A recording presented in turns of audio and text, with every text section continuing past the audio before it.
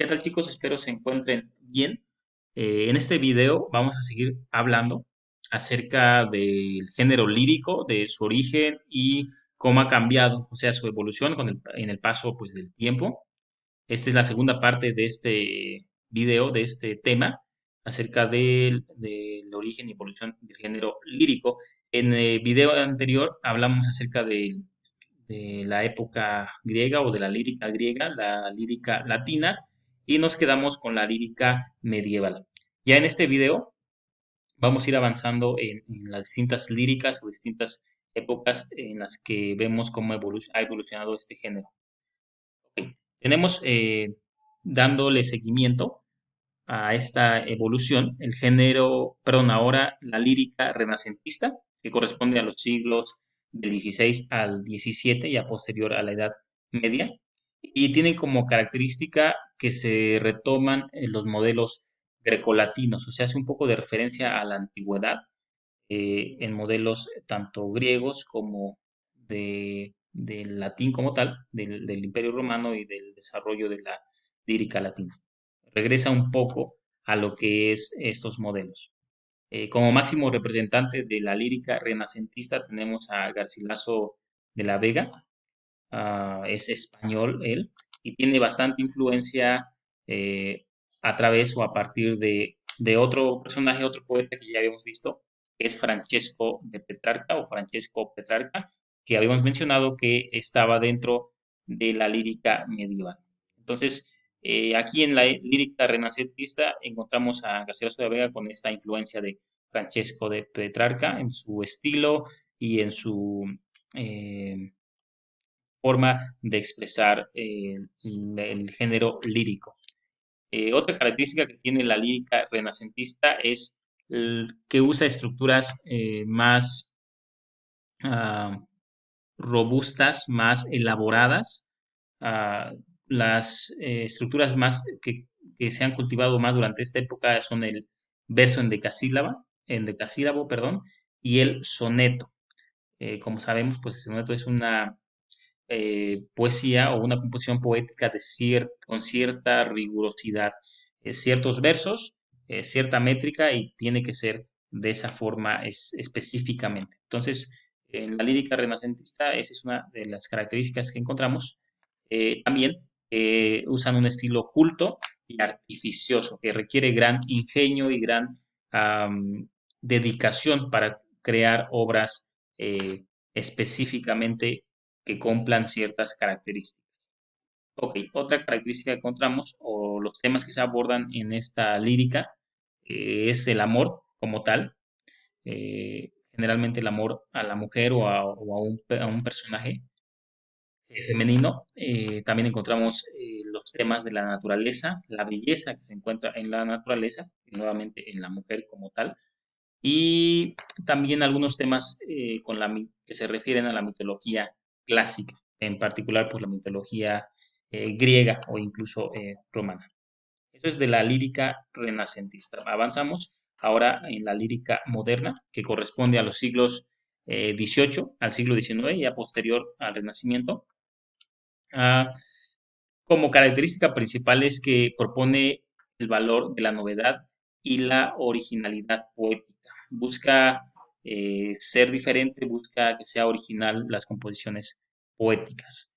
Dentro de esta lírica, la lírica moderna, encontramos tres movimientos que se dan, eh, algunos al mismo tiempo de forma simultánea y algunos que van contraponiéndose unos contra otros, que a veces vienen a marcar la diferencia con respecto al movimiento anterior. Entonces, estos tres movimientos están el romanticismo, el parnasianismo y el simbolismo. Les digo, son movimientos que a veces se oponen unos con otros. Ok, vamos a mencionar estos movimientos, en qué se caracteriza cada uno de ellos. El romanticismo, primero que nada, trata aspectos irracionales como el sueño, el delirio, la locura incluso, y se deja de lado lo que es ser objetivo y ser realista, sino va más allá y se enfoca más en la sensibilidad,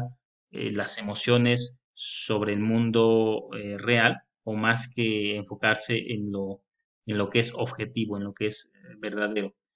Prioriza o le da más énfasis a estos dos aspectos que ya dijimos, la sensibilidad y las emociones. De los principales representantes del romanticismo está Lord Byron, que es un poeta pues, romántico de origen británico. Y pues eso, ahí tenemos las fechas de su vida, 1788 a 1824. Eh, y como decíamos, el romanticismo tiene esta prioridad o enfoque más en cuanto a los aspectos de sueño, delirio, sensibilidad y emociones. Ahora, por el contrario, el parnasianismo, que es otro movimiento que se da en la época o en esta lírica moderna, el parnasianismo se enfoca específicamente en una poesía impersonal, donde ya no importa mucho la opinión o la conciencia del poeta como tal. No hace énfasis en estas características e intenta hacer una poesía más objetiva, no al grado de realismo, pero sí en cuanto a lo que es objetivo, en cuanto a lo que es eh, posible de medir y de una perdón, de una impecable perfección formal. El parnasianismo se enfoca mucho en que la poesía tenga forma y sea, eh, por decirlo así, perfecta hasta donde se pueda en cuanto a su estructura. Se enfoca más que en las emociones y los sentimientos, se enfoca mucho más en lo que es la palabra como tal, las estructuras, la forma de construir el- la poesía como tal. Entonces, el parnasianismo se enfoca, dijimos, específicamente en esto, en, en una poesía objetiva. Ok. Otro de los movimientos que se dan en esta época está el simbolismo. Es un poco más complejo este movimiento. Como tal, consiste en traer a la memoria impresiones a través del verso y la imagen. ¿A qué se refiere esto? No necesariamente aquí trata de emociones o sentimientos, sino impresiones de describir alguna situación, alguna imagen a través de los versos y el espectador, en este caso el lector, tendrá su propia interpretación del verso o del poema. Aquí mismo lo pusimos, no tiene una sola interpretación, ya que el simbolismo como tal pues viene de la palabra símbolo, ya que un símbolo puede ser relativo o puede variar dependiendo de qué significa, qué valor o qué significado le quiera dar cada quien a cierta composición poética. Entonces no tiene una interpretación exclusiva. También otra característica que tiene el simbolismo es que rompe con los esquemas tradicionales, convencionales, en cuanto a la métrica, en cuanto a cuántos versos tiene que tener, cuántas sílabas, e introduce el concepto del verso libre, donde no necesariamente la poesía tiene que rimar, no necesariamente tiene que llevar cierta medida. Entonces, esos son los tres movimientos que se dan dentro de la lírica moderna. Muy bien, por último, tenemos la lírica contemporánea. La lírica contemporánea pues, va del siglo XX al siglo XXI, que es hasta pues, el día de hoy. Surgen, esta lírica surge en las primeras décadas del siglo XX, o sea, iniciando el siglo pasado, ya estamos en el siglo XXI, junto con otros movimientos que se llaman las vanguardias estéticas, que tienen efectivamente influencia no solamente en la literatura, sino también en el arte como tal, puede ser pintura, música, escultura, y esos movimientos o vanguardias estéticas son el futurismo, el dadaísmo, el surrealismo y el cubismo. Entonces, estos movimientos o vanguardias tienen influencias también en lo que es la literatura y específicamente pues en la lírica, en el género lírico que es el que estamos viendo.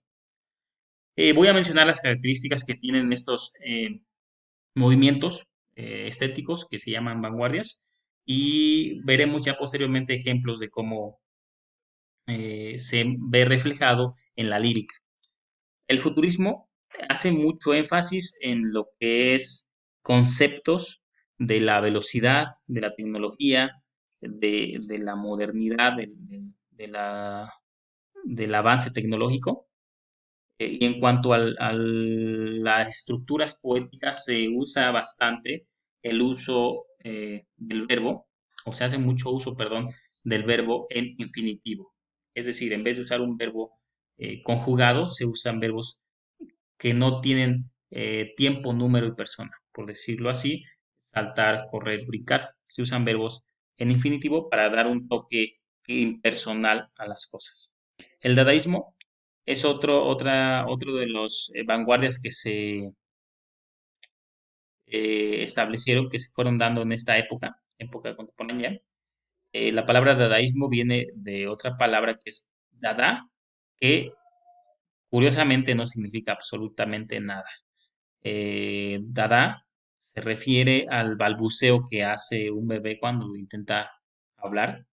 Entonces el dadaísmo es un poco raro, por decirlo así. Juega mucho con las formas, con lo que ya está establecido y trata mucho de provocar.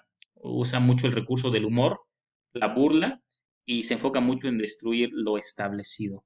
El dadaísmo como tal cuestiona prácticamente todo, el por qué tendría que escribirse así, por qué tendría que ser verso y no prosa, porque tendría que ser ciertas cantidad de sílabas, porque se tiene que hablar de este tema y no de cualquier otro tema. Entonces el dadaísmo es un poco disruptivo y viene a, a cuestionar todo lo que se ha establecido. Otro movimiento que tenemos es el surrealismo. El surrealismo se enfoca más allá de la conciencia, se enfoca en lo no racional, en la parte no racional del humano, ya que se enfoca no en lo que piensa, en sus emociones, sus sentimientos, sino más en cuestiones como el sueño, los sueños como tal, la imaginación y el delirio.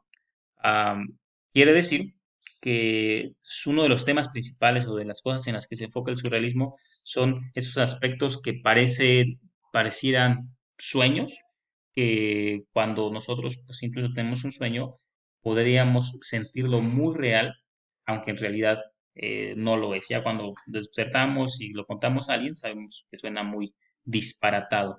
Entonces, el surrealismo se enfoca mucho en esos tipos de temas, por eso al final aquí encontramos que dice que se enfoca en el sueño, la imaginación e incluso en el delirio, en cosas un poco absurdas hasta cierto punto. Estos movimientos, junto con también el cubismo, eh, son los movimientos conocidos como vanguardias estéticas e influyen directamente también en la lírica como género literario. Muy bien, chicos, pues esos son las últimas tres eh, aspectos o momentos históricos de la lírica. Ya en clase haremos algún par de ejercicios con respecto a estos momentos históricos. Muy bien, chicos, pues les dejo. Espero se encuentren bien y nos vemos en clase.